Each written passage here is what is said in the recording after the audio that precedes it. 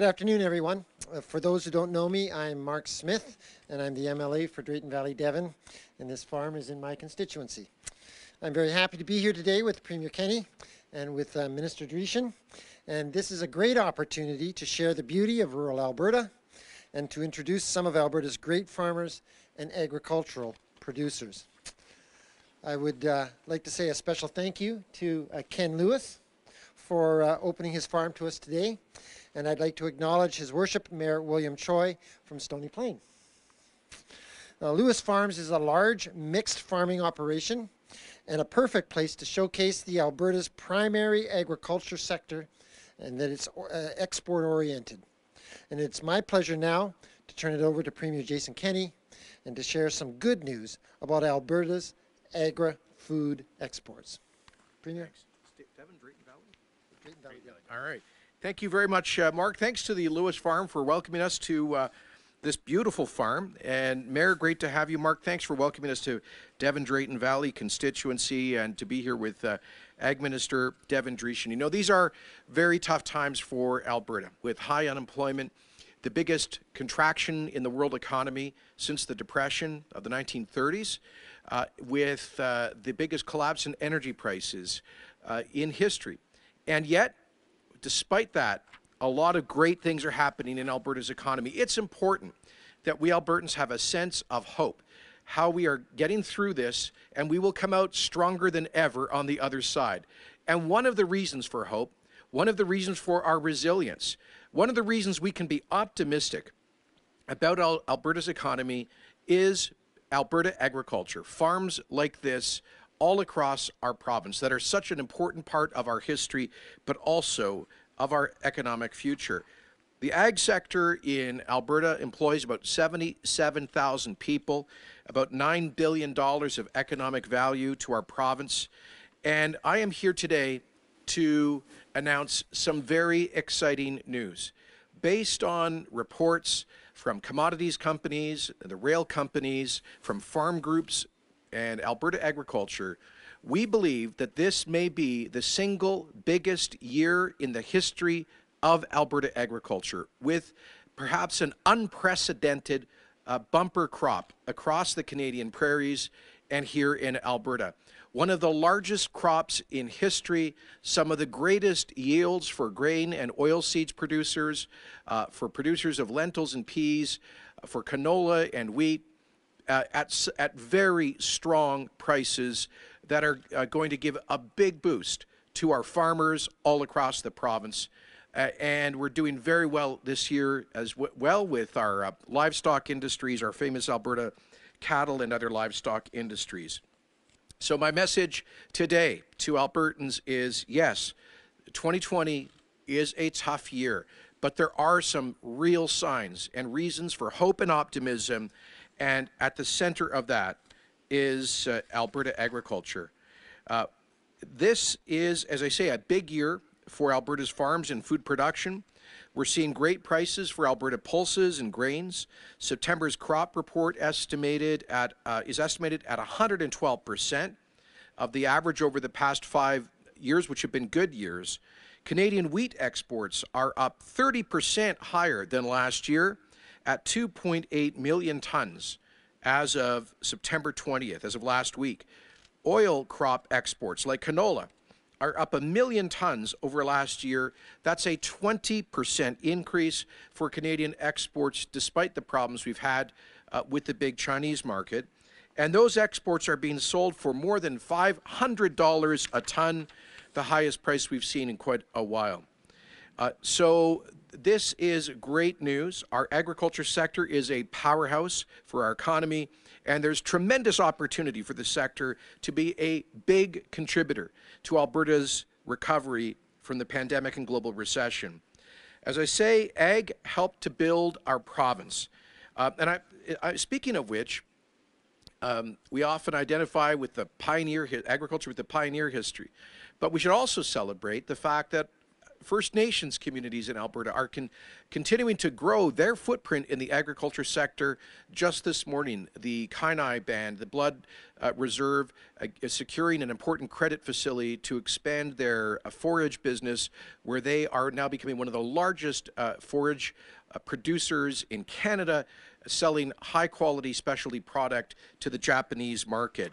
Just one good example of how our First Nations are increasingly part of Alberta's agriculture strategy. And speaking of that strategy, I'm here today with Minister Dreeshen to announce that as we continue to grow more crops, get better yields at good prices, we have to ensure that global markets are there for our farmers to sell to. And so today we are announcing an expansion of Alberta's agriculture export promotion network around the world. The legislature just passed legislation to create the new Invest Alberta agency. Its board just selected its new CEO. And Invest Alberta will be working with our network of offices around the world and we'll be adding folks from Alberta Agriculture to a number of those offices to expand market access for Alberta agricultural products. Very excited to see this happening in the United States, in the European Union, in Mexico, and in Singapore. It will also complement Alberta Ag international exposure in the Beijing, Seoul, Tokyo, and New Delhi offices. So this is part of Alberta's recovery plan, our bold and ambitious plan to build, to diversify, and to create tens of thousands of new jobs. When we unveiled Alberta's recovery plan in the last week of June, the first government in Canada to have a overall COVID-19 economic recovery plan, we showed that there would be several sector strategies. And today's announcement is an important part of our agriculture sector strategy. We'll have other exciting announcements to make in the days to come about that. In fact, Devin, I know, made an announcement earlier this week. So we have aggressive new growth targets as part of the Alberta Recovery Plan ag sector strategy. We are targeting an 8.5% increase per year for value-added agricultural exports and a 7.5% increase for the primary agricultural sector. Together, these new growth targets will increase agri-food exports to $16.6 billion by 2023. That's a 43% increase from the 2018 level of $11.6 billion. So these are bold targets. These are frankly stretch targets. But with the incredible advances of ag technology, productivity, crop science, irrigation, sophisticated equipment, more effective fertilizers, more effective farming techniques, zero-tillage farming, all of the exciting things that are happening with higher and higher yields, we believe that with the support of an expanded international export market network supported by the government of Alberta, that we will be able to hit that 43% increase in ag exports, helping to fuel our economic recovery. Like I say, great news, and now we're going to hear more details from a fifth-generation Alberta farmer himself, the Minister for Agriculture and Forestry, the Honourable Devin Dreeshen. Well, thank you very much, and it's a beautiful day here, and thanks again, Ken Lewis, for having us at your farm. You can't control the weather, but beautiful setup you have here, and a little jealous of that Fendt tractor. It's not my kind of green, but it's a pretty good-looking machine. But it's great to be here today, and appreciate MLA Mark Smith for having us out here in his constituency. And this week, I had the pleasure of touring a few different farms and ranches across the province. It's much better than being in the legislature, I assure you, and really to highlight how agriculture is so important to Alberta's recovery plan. And Alberta's government sees agriculture as a key economic driver for our province, and it's always been a major contributor to the province, as the Premier mentioned. But the past few years of record-setting highs in food manufacturing have really put the potential in the spotlight of this industry right in the mainstream media, for sure. But even this year, with crashing oil prices and a global pandemic, agriculture did hold its own. And the Alberta government has an economic recovery plan that sets out a very ambitious agriculture sector strategy that we made an announcement yesterday, but we will continue in the coming days and weeks as we unveil it. But we announced yesterday with Minister Doug Schweitzer, the new Jobs, Economy and Innovation Minister, provincial support for Olds College to integrate a venture capital group from Silicon Valley to partner and to identify and then directly fund and guide Alberta agriculture startups to attract investment and create jobs here in the province. Now, as everyone knows, agriculture here in the province heavily relies on exports, and so that is why global trade is so essential. And as the Premier highlighted, we had about $2.4 billion in beef exports that come from the province every year, $2 billion in wheat, more than $2 billion in canola oil and seed sales. And this all adds up to about $12 billion in agriculture exports every year. And the total production estimates of this year's crop is 26.8 million. That's up 11% from last year, and about 16.5% higher than normal. And as the Premier mentioned, that is estimated to be a new record for the province of Alberta, but obviously there are some areas in the province, especially north of Edmonton and a band across the east and west, that has lower than average yields. But overall, 2020 is a banner year for agriculture in Alberta. So with all this record crop, we need to have a place to sell, and that is why expanding our market opportunities and hiring more officers in Alberta international offices in Mexico City and Singapore are vitally important. We are working with the Invest Alberta Corporation to identify places in the United States and the EU to set up agriculture-specific employees. And this will be in addition to our network that is in Beijing, Seoul, Tokyo, and New Delhi. So focusing on these 8 international offices is key to be able to promote Alberta agriculture products to export and also to attract investment to Alberta. And we also announced commitment to help build value-added agriculture capacity and bolster economic activity with an aggressive private sector investment attraction target of $1.4 billion. And that investment attraction initiative will create more than 2,000 jobs and get Albertans back to work in emerging sectors like hemp, ag tech, and value-added processing of grain, oil seeds, plant protein, and high-quality meat processing. And we've also set aggressive export targets that the Premier mentioned of 7.5% and 8.5% of value-added and primary ag production. And if we do meet those by 2023, it should be a $16.6 billion increase from previous records. So with all of this together, it is important that we have new footholds in new markets and attract foreign investment, and diversifying our economy and attracting investment with Canada's most competitive tax environment that we already have. We are putting Alberta on a path for a generation of growth. And with that, I'd like to thank the Lewis family for having us here today, and happy to take any questions. Thank you. Great. So before we get started, I'd like to ask the media, there's a great deal of you guys on the line today. If you could limit yourself to one question. Operator, can you please put through the first caller? Thank you. The first question is from Chris Varco of the Calgary Herald. Please go ahead. Hi, this is a question for the Premier. It's off topic, but Premier, earlier this week, President Trump issued a presidential border crossing permit for the Alaska-Alberta Railway project. Does the Alberta government support the project? Have you considered what kind of impact it would have on the province? And separately, have you considered providing any support for it, financially or otherwise? Well, first, we were very happy that the A2A, Alberta to Alaska Railway project, did receive a presidential permit this week. That's been a couple of years in the works, and we have been advocating for that with the U.S. administration.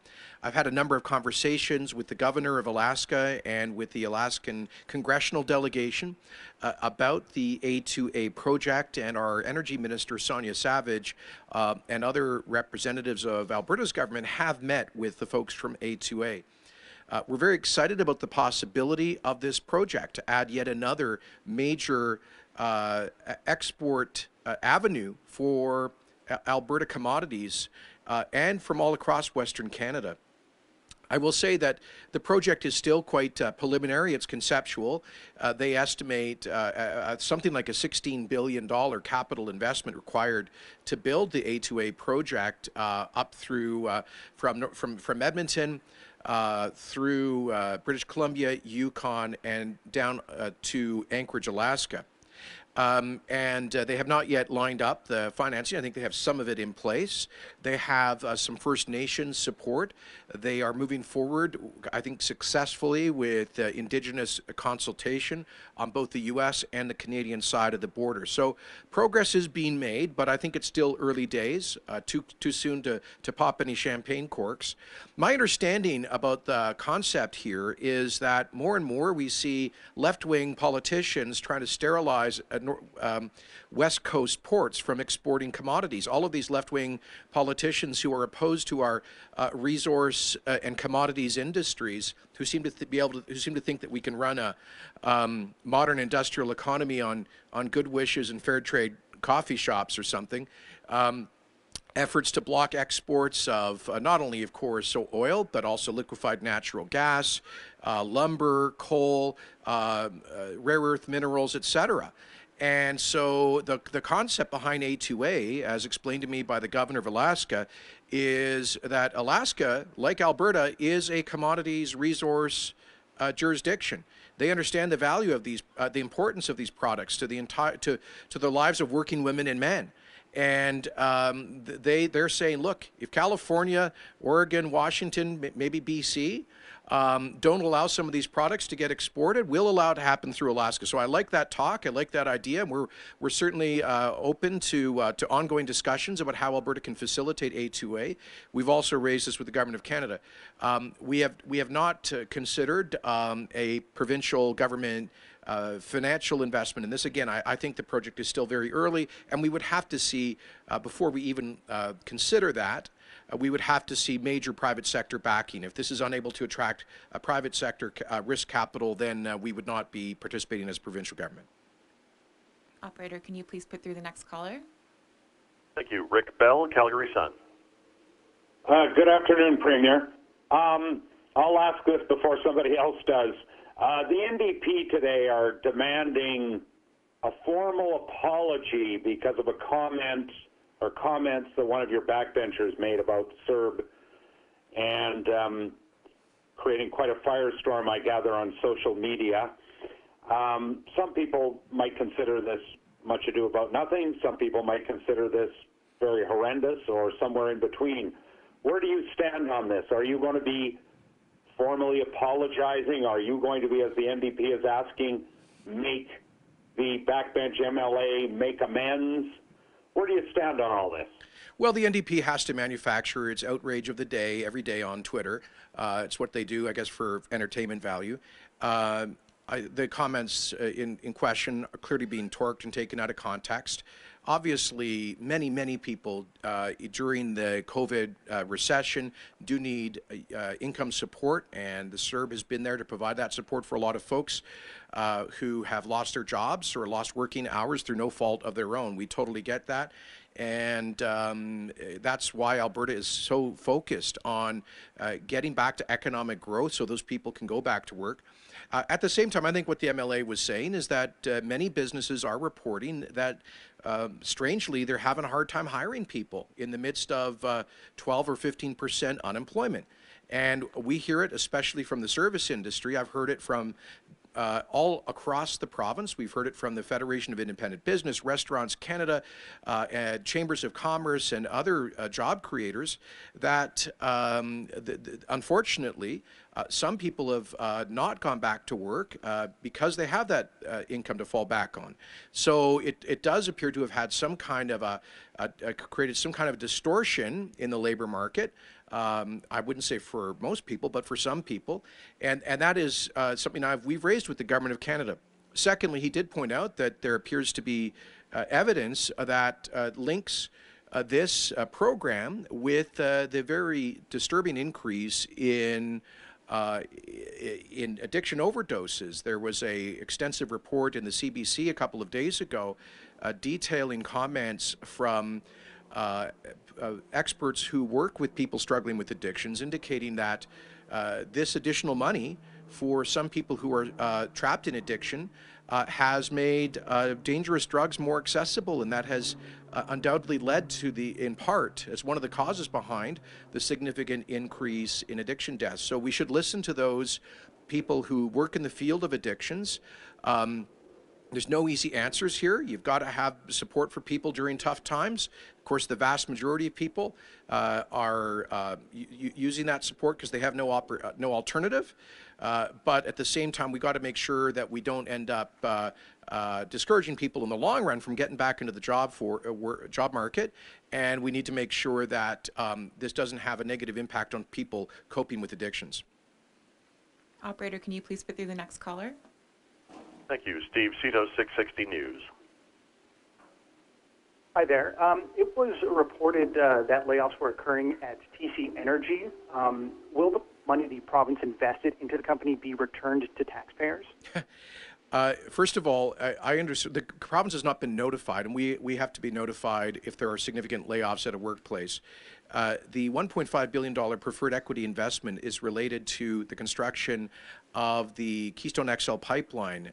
You can see a report out today about how that's turned the community of Oyen into a boom town.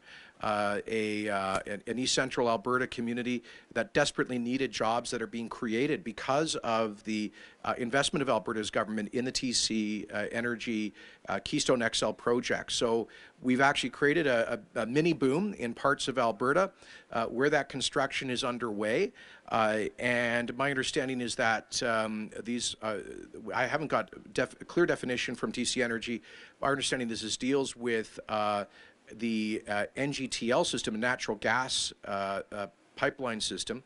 And I do know that TC Energy just put out a statement, I think it was yesterday, about how the federal government further delayed approvals back in May for the major expansion of the National Gas Trunk Line, which is the key backbone of the natural gas industry in Western Canada. And that has cost us about 8,500 jobs in this construction season. So I'll refer any additional questions to TC Energy itself. But the point is, they are doing the work where we are partners on the Keystone XL pipeline that is creating jobs, thousands of good-paying jobs, and creating secondary jobs for the service industries in the communities between Hardisty and the Saskatchewan-Montana border. And secondly, we would call on the federal government to get out of the way of job creation by approving the application for the expansion of the natural gas trunk line system. Operator, can you please put through the next caller? Thank you. Emma Greeny, Globe and Mail. Yeah, g'day, Premier. Speaking of energy, big shock that I'm going to ask about this, but obviously Shell and BP are both moving away from carbon. Shell today has said that they're going to be cutting 9,000 jobs. BP is going to cut about 10,000 globally. So, I mean, is your government betting too much on oil and gas as the world kind of moves on? Did you wait too long to diversify? And I guess as well, like, given how much you like to sell the message that Alberta oil meets ESG standards, we're doing great here, look at us, aren't we awesome? Why, as a province, will you not set a net zero emissions goal like they have in Newfoundland so that you could more effectively take that message to markets that Alberta does, in fact, take emissions and climate change seriously? Well, first of all, with respect to Shell and BP, these are huge global companies, and they're going to decide how they what their labor force is. I do note that Shell just announced major new investments in hydrocarbon energy in African dictatorships, and that's pretty much how it rolls these days, moving capital and jobs from a democracy with the highest human rights, labor, and environmental standards on earth, Canada, to jurisdictions, with radically lower environmental, human rights, and labor standards. I think that's profoundly cynical. In terms of should Alberta move away from oil and gas, Emma, Alberta has the third largest proven and probable reserves of oil on the face of the earth. at current prices, 172 billion barrels. We're talking about something in this range of $10 trillion of notional value. That's just on the crude oil side, doesn't even include our enormous Canadian natural gas reserves. We are, of course, the 5th largest producer of oil in the world. Even at the depth of the COVID recession, global consumption has been about 78, 80 million barrels per day. You saw ConocoPhillips the other day project a pretty standard market projection that by the end of next year, following the COVID global recession, we can expect to see global demand and consumption back up to around 100 million barrels per day. So I'll remind you what we say all the time, which is that if we're not part of that, of supplying that demand, then the OPEC dictatorships in Russia will have a field day. We'll be enriching Vladimir Putin and the royal families of the OPEC dictatorships. I don't think that's good for global security or the environment. And in terms of have we waited too long to diversify, Emma, the oil and gas as a share of Alberta's economy has shrunk by 1/3 over the past 35 years. And we are the 3rd most diversified economy in Canada. Our recovery plan is about continuing the acceleration of economic diversification. So we'll continue. And in terms of net zero, look, we're not going to make, people have a right to be cynical about empty political promises on emissions. That's something we've been seeing from Canadian political leaders and folks all around the world ever since Kyoto was signed back in 1997. And so what we're going to focus on is actual deliverable, measurable results. That's what we're doing. The large announcements made by our government in the past 2 weeks related to the Technology Innovation and Emissions Reduction Fund demonstrate the seriousness of our commitment to reducing the carbon intensity of Canada's oil and gas sector. Okay, we have time for 3 more. Operator, can you please put through the next caller? Yes, Rafi Boudjikanian, CBC.